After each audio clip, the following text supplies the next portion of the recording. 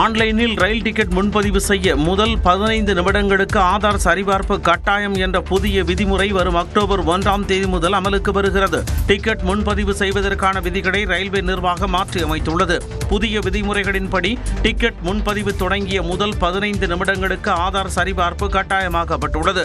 உண்மையான பயனர்கள் முன்பதிவு முறையில் பலன் பெறுவதற்காகவும் அங்கீகரிக்கப்படாத நபர்களால் நடைபெறும் முன்பதிவுகளை தடுக்கும் வகையிலும் இந்த நடைமுறை அக்டோபர் 1ஆம் தேதி முதல் அமலுக்கு வரவுள்ளது. அதே நேரம் அங்கீகரிக்கப்பட்ட ரயில்வே முகவர்களுக்கான 10 நிமிட கட்டுப்பாடு தொடர்ந்து அமலில் இருக்கும் என தெரிவிக்கப்பட்டுள்ளது. கடந்த ஜூலை 1ஆம் தேதி தட்கல் டிக்கெட் முன்பதிவுக்கு ஆதார் அடையாளம் கட்டாயமாக்கப்பட்ட நிலையில் தற்பொழுது ஜெனரல் டிக்கெட் முன்பதிவுக்கும் ஆதார் கட்டாயமாக்கப்பட்டுள்ளது. வருமான வரி கணக்கு தாக்கல் செய்வதற்கான காலக்கெடுவை ஒரு நாள் நீட்டித்து மத்திய நேரடி வரிகள் வாரியம் அறிவித்துள்ளது. மாத சம்பளதாரர்கள், இதர வருவாய் பிரிவினர் தாங்கள் ஈட்டிய வருமானத்திற்கு வரி கணக்கை தாக்கல் செய்வதற்கான காலக்கெடு ஜூலை 31 வரை அறிவிக்கப்பட்டு பின்னர் செப்டம்பர் 15 வரை நீட்டிக்கப்பட்டது. அதன்படி காலக்கெடு நேற்றுடன் நிறைவடையவிருந்த நிலையில் ஒரே நாளில் அதிகம் பேர் வருமான வரி கணக்கு தாக்கல் செய்ய முயன்றதால் ITR இணையதளம் முடங்கியது. இந்நிலையில் அதிகாலை 12 மணி முதல் 2:30 மணி வரை தொழில்நுட்ப கோளாறை சரி செய்வதற்கான பணிகள் நடைபெற்றது. இதைத் தொடர்ந்து வருமான வரி கணக்கு தாக்கல் செய்வதற்கான காலக்கெடுவை இன்று ஒரு நாள் நீட்டித்து மத்திய நேரடி வரிகள் வாரியம் அறிவித்துள்ளது. நாளை முதல் வருமான வரி கணக்கு தாக்கல் செய்வோருக்கு ஆண்டு வருமானத்திற்கு ஏற்றபடி அபராதம் வசூலிக்கப்படும் என்பது குறிப்பிடத்தக்கது. வாக்காளர்கள் ஆதார் அட்டையை வாக்களிப்பதற்கான ஆவணமாக பயன்படுத்தலாம் என உச்சநீதிமன்றம் தெரிவித்துள்ளது. பீகாரில் தேர்தல் ஆணையம் மேற்கொண்ட சிறப்பு தீவிர திருத்தப் பணிகளை எதிர்த்து தொடரப்பட்ட மனுக்கள் நீதிபதிகள் சூரியகாந்த் மற்றும் ஜாய்மால்யா பாக்ஷி ஆகியோர் அடங்கிய அமர்வில் விசாரணைக்கு வந்தது. அப்போது வாக்காளர் சரிபார்ப்பு பணிகளுக்காக பட்டியலிடப்பட்ட 11 ஆவணங்களை தாண்டி ஆதார் தேவையற்றது என தேர்தல் ஆணையம் தரப்பில் அறிக்கை தாக்கல் செய்யப்பட்டது. இதனை ஏற்க மறுத்த நீதிபதிகள் மக்கள் பிரதிநிதித்துவ சட்டம் 1950 கீழ் ஆதாரை வாக்காளர் அடையாள ஆவணமாக பயன்படுத்த அரசியலமைப்பு அனுமதிப்பதாக தெரிவித்தனர். அப்போது மனுதாரர் தரப்பில் ஆஜரான வழக்கறிஞர் அஸ்வினிகுமார் உபாத்யாய் ஆதாரை வாக்காளர் அடையாளத்தின் 12வது ஆவணமாக அறிவித்ததை உச்சநீதிமன்றம் பரிசீலிக்க வேண்டும் என்றும் நாட்டில் யார் வேண்டுமென்றாலும் எளிதில் ஆதார் அட்டை பெற முடியும் எனவும் வாதிட்டார்.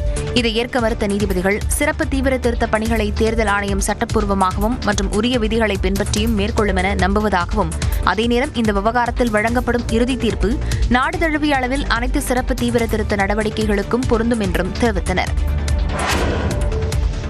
ஆனா எங்களுடைய அடிப்படைய பதவி அல்ல, பொறுப்பு தான். அதிகாரம் என்பது சாமானியனுக்காக போராடுவது. அரசியல் அதிகாரம் எதற்கு என முதலமைச்சர் மு.க.ஸ்டாலின் அளித்த விளக்கமே இது. சென்னையில் அன்பு கரங்கள் திட்டத்தை தொடங்கி வைத்து பேசிய முதலமைச்சர், பதவி மோகத்தில் தேர்தலுக்கு தயாராகுவோம் என சிலர் நினைக்கின்றனர் என்றார். அரசியல்னா பலர் என்ன நினைக்கிறாங்கன்னா, ஏதோ ஆட்சி பொறுப்புக்கு வந்தோம், பொறுப்பை மறந்து பதவி மோகத்துல இருந்தோம், சில கவர்ச்சி திட்டங்களை செஞ்சோம், மறுபடியும் பதவி மோகத்தோட தேர்தலுக்கு தயாராகும்னு சிலர் நினைக்கிறாங்க. கடைக்கோடி மனிதனுக்கும் என்ன தேவை என அறிந்து பார்த்து பார்த்து செய்ய முடிவதாகவும் முதலமைச்சர் தெரிவித்தார். சென்னை மாநகர் மற்றும் புறநகர் பகுதிகளில் அதிகாலை இடி மின்னலுடன் கனமழை வெளுத்து வாங்கியது. சென்னையில் கோடம்பாக்கம், வடபழனி, கோயம்பேடு, விருகம்பாக்கம், மயிலாப்பூர், ஆழ்வார்பேட்டை உள்ளிட்ட பகுதிகளில் கனமழை கொட்டித் தீர்த்தது. புறநகர் பகுதிகளான தாம்பரம், குரோம்பேட்டை, நெற்குன்றம், போரூர் உள்ளிட்ட இடங்களிலும் இடி மின்னலுடன் கனமழை வெளுத்து வாங்கியது.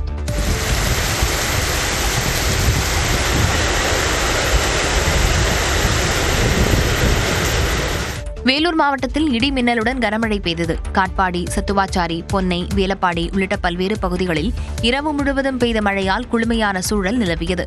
முன்னெச்சரிக்கை நடவடிக்கையாக பல இடங்களில் மின்சாரம் துண்டிக்கப்பட்டது.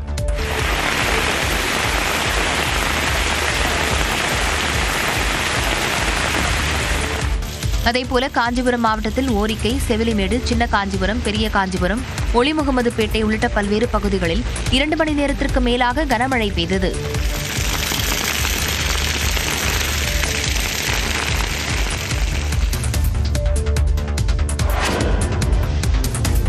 தென்னிந்திய பகுதிகளுக்கு மேல் வளிமண்டல மேலடுக்கு சுழற்சி காரணமாக தமிழ்நாட்டின் பல்வேறு பகுதிகளில் மழை பெய்தது.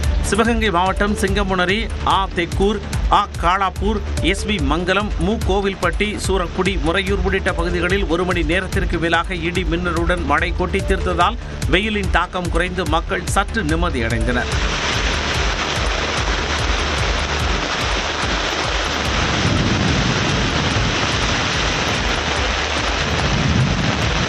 அதேபோல் மதுரை மாநகர் பகுதிகளான கோரிப்பாளையம், சிம்மக்கல், பெரியார் பேருந்து நிலையம், அண்ணா நகர், முனிச்சாலை, தெற்கு வாசல் உள்ளிட்ட பகுதிகளில் மழை கொட்டி தீர்த்தது.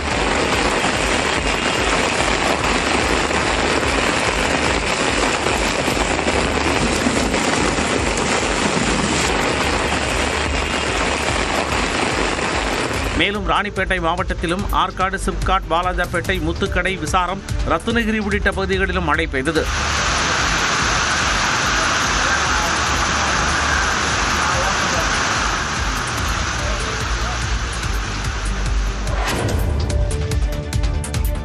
தமிழ்நாட்டில் 7 மாவட்டங்களில் இன்று கனமழைக்கு வாய்ப்பு இருப்பதாக வானிலை ஆய்வு மையம் தெரிவித்துள்ளது.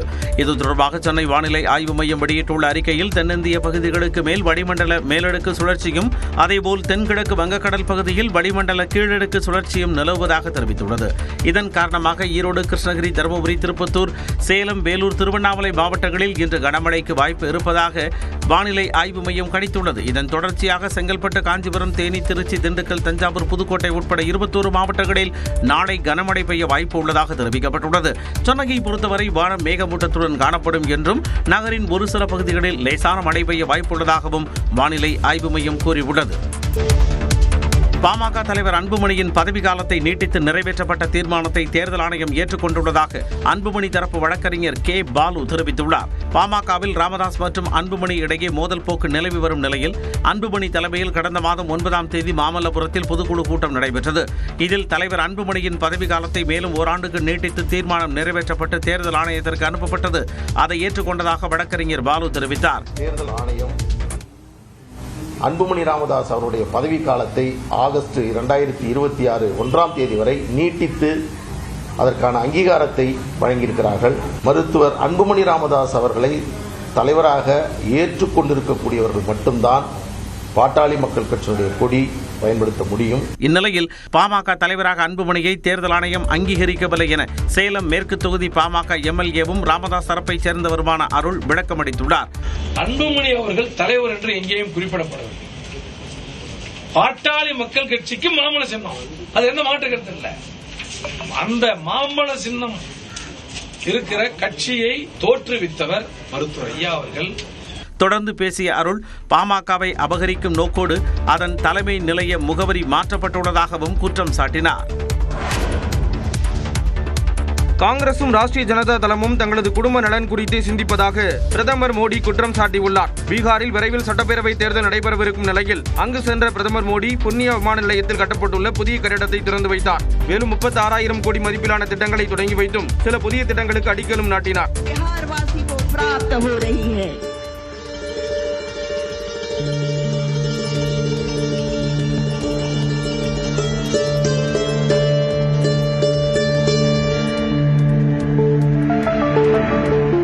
பட்ஜெட்டில் அறிவிக்கப்பட்டபடி தாமரை விதையான மக்கானா வாரியத்தையும் தொடங்கி வைத்தார். साथियों, आरजेडी और कांग्रेस के लिए सिर्फ अपने परिवार की चिंता ही सबसे बड़ा काम है.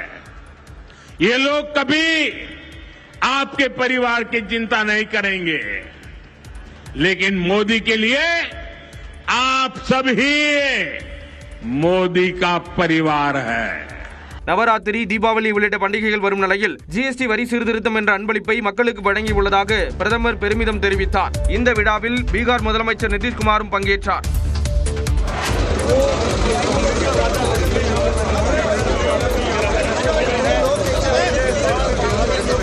பஞ்சாபில் வெள்ளத்தால் பாதிக்கப்பட்ட பகுதிகளை பார்வையிடத்தான் இப்படி டிராக்டரில் செல்கிறார் ராகுல் காந்தி.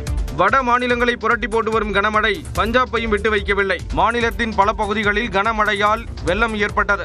பலர் தங்களது உடைமைகளை இழந்து தவிக்கும் நிலையில் ஏராளமானோர் முகாம்களில் தங்க வைக்கப்பட்டுள்ளனர். இந்நிலையில் மக்களவை எதிர்க்கட்சித் தலைவரும் காங்கிரஸ் மூத்த தலைவருமான ராகுல் காந்தி வெள்ள பாதிப்புகளை நேரில் சென்று பார்வையிட்டார். கரடுமுரடான சாலைகளில் டிராக்டரில் அமர்ந்து பயணித்த அவர் குர்தாஸ்பூர் பகுதியில் வெள்ள பாதிப்பு குறித்து கேட்டறிந்தார்.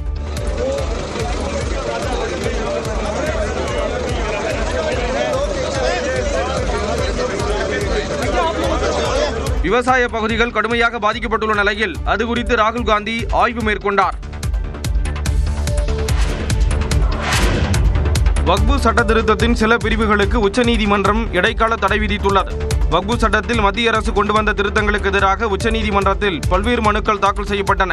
அனைத்து தரப்பு வாதங்களையும் கேட்ட தலைமை நீதிபதி PR கவாய் தலைமையிலான அமர்வு இடைக்கால உத்தரவை பிறப்பித்துள்ளது. அதன்படி வக்பு சட்டத்திற்கு முழுமையாக தடை விதிக்க எந்த முகாந்தரமும் இல்லை என்று மறுப்பு தெரிவித்துள்ளது. அதே நேரம் குடிமக்களின் உரிமை குறித்து முடிவெடுக்க ஆட்சியரை அனுமதிக்க முடியாது என்று குறிப்பிட்ட நீதிபதிகள் வக்பு நிலம் தொடர்பாக முடிவெடுக்க ஆட்சியருக்கு அதிகாரம் தரும் விதிக்கு இடைக்கால தடை விதித்து உத்தரவிட்டனர். இதேபோன்று வக்பு வாரியத்திற்கு சொத்து வழங்க 5 ஆண்டு இஸ்லாம் மதத்தை பின்பற்றுபவராக இருக்க வேண்டும் என்ற நிபந்தனைக்கு தடை விதிக்கப்பட்டது. மத்திய வக்பு வாரியத்தில் இஸ்லாமியர் அல்லாத உறுப்பினர்கள் 4 பேரும், மாநில வக்பு வாரியத்தில் இஸ்லாமியர் அல்லாத உறுப்பினர்கள் 3 பேரும் இருக்கலாம் என்றும் நீதிபதிகள் உத்தரவிட்டனர். மேலும் வக்பு வாரியத்தின் தலைமை நிர்வாக அதிகாரி ஒரு முஸ்லிமாக இருக்க வேண்டும் என்றும் நீதிபதிகள் அறிவுறுத்தினர்.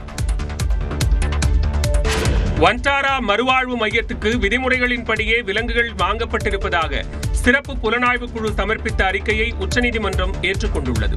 குஜராத் மாநிலம் ஜாம்நகரில் வன்டாரா வனவிலங்குகள் பாதுகாப்பு, மீட்பு மற்றும் மறுவாழ்வு மையம் செயல்பட்டு வருகிறது.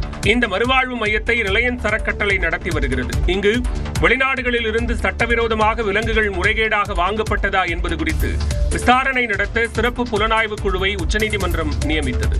இதனைத் தொடர்ந்து ஆய்வு செய்த சிறப்பு புலனாய்வு குழு தனது அறிக்கையை நீதிபதிகள் பங்கஜ் மிட்டல் மற்றும் PJ வரலே அமர்வில் சமர்ப்பித்தது. அதில் யானை உள்ளிட்ட விலங்குகள் வாங்கப்பட்டதில் விதிமீறல் ஏதும் இல்லை என சிறப்பு புலனாய்வு குழு தெரிவித்தது. அப்போது வன்டாரா மையம் சார்பில் ஆஜரான வழக்கறிஞர் வன்டாரா மையத்துக்கு புலனாய்வு குழு வந்தபோது விலங்குகள் எவ்வாறு பராமரிக்கப்படுகின்றன என்பது உள்ளிட்ட அனைத்தும் காண்பிக்கப்பட்டதாக கூறினார். இதனையடுத்து நீதிபதி மிட்டல் சிறப்பு புலனாய்வு குழு அளித்த அறிக்கையில் தாங்கள் திருப்தி அடைவதாக கூறினார். SIT அளித்த அறிக்கையை முழுமையாக ஏற்றுக்கொள்கிறோம் என்றும் இதுபோன்ற ஆட்சேபனைகளை எழுப்ப யாரையும் அனுமதிக்க மாட்டோம் எனவும் தெரிவித்தார். நமது நாட்டிற்கு பெருமை என்று நினைக்கும் சில விஷயத்திற்கு தேவையின்றி சாயங்களை பூசிவிடக் கூடாது என்று கூறிய நீதிபதி நாட்டிற்கு நல்ல விஷயங்கள் நடத்த அனுமதியுங்கள் என்றார். யானைகளை சட்ட விதிகளுக்கு உட்பட்டு வாங்கி அதனை முறையாக பராமரித்தால் என்ன தவறு என்றும் நீதிபதி மிட்டல் கேள்வி எழுப்பினார். சிறப்பு புலனாய்வு குழுவை பாராட்டியதுடன் அவர்களுக்கு கௌரவ ஊதியம் வழங்கலாம் என்றும் நீதிபதி தெரிவித்தார். போத்தீஸ் நிறுவனம் தொடர்பான இடங்களில் வருமான வரித்துறை நடத்திய சோதனையில் 18 கோடி ரூபாய் ரொக்கம் பறிமுதல் செய்யப்பட்டிருப்பதாக தகவல் வெளியாகியுள்ளது. ஸ்ரீவில்லிபுத்தூரில் முதலில் தொடங்கப்பட்ட போத்தீஸ் ஜவுளி நிறுவனம் நெல்லை, சென்னை, கோவை, மதுரை, நாகர்கோவில், புதுச்சேரி என்று பல நகரங்களுக்கு விரிவடைந்தது. கடந்த 12ஆம் தேதி முதல் போத்தீஸ் நிறுவனங்கள் மற்றும் அதன் உரிமையாளர்கள் வீடுகளில் வருமான வரித்துறை அதிகாரிகள் சோதனை மேற்கொண்டனர். இந்த சோதனையின் போது 18 கோடியே 20 லட்சம் ரூபாய் பறிமுதல் செய்யப்பட்டிருப்பதாக தகவல் வெளியாகியுள்ளது. இதேபோல சுமார் 12 கோடி ரூபாய் மதிப்புள்ள 10 கிலோ தங்கமும் கைப்பற்றப்பட்டிருப்பதாக கூறப்படுகிறது. மேலும் நூற்றுக்கணக்கான கோடி ரூபாய்க்கு முறையாக வருமான வரி செலுத்தாமல் இருப்பதும் கண்டுபிடிக்கப்பட்டிருப்பதாக தகவல் வெளியாகியுள்ளது. இந்தியாவுடன் மீண்டும் வர்த்தக பேச்சுவார்த்தையில் ஈடுபட அமெரிக்க அதிகாரிகள் டெல்லி வந்துள்ளனர். இந்தியா அமெரிக்கா இடையிலான வர்த்தக பேச்சுவார்த்தை 5 கட்டங்களாக தொடர்ந்த நிலையில் அமெரிக்காவின் கோரிக்கையான இந்தியாவின் வேளாண் மற்றும் பால் பண்ணைத் துறையை திறந்துவிட மத்திய அரசு மறுப்பு தெரிவித்தது. இந்திய பொருட்களுக்கு அமெரிக்கா 50% வரி விதித்தது. இந்தியாவுடன் தொடர்ந்து பேச்சுவார்த்தை நடத்தி வர்த்தக தடையை நீக்க நடவடிக்கை எடுக்கப்படும் என அமெரிக்க அதிபர் டிரம்ப் தெரிவித்திருந்தார். அதன்படி வர்த்தக பேச்சுவார்த்தை நடத்த அமெரிக்க பிரதிநிதி பிரெண்டான் லென்ச் மற்றும் குழுவினர் இந்தியா வந்துள்ளனர். இந்திய வர்த்தகத்துறை சிறப்பு செயலாளர் ராஜேஷ் அகர்வாலுடன் அமெரிக்க பிரதிநிதிகள் குழு பேச்சுவார்த்தை நடத்த திட்டமிட்டுள்ளது. தூதரக அதிகாரிகள் மற்றும் அமைச்சர்கள் மட்டத்தில் இந்த பேச்சுவார்த்தை நடைபெறும் என்றும் அதே நேரம் இந்த பேச்சுவார்த்தை அதிகாரப்பூர்வமற்றது என்றும் தெரிவிக்கப்பட்டுள்ளது.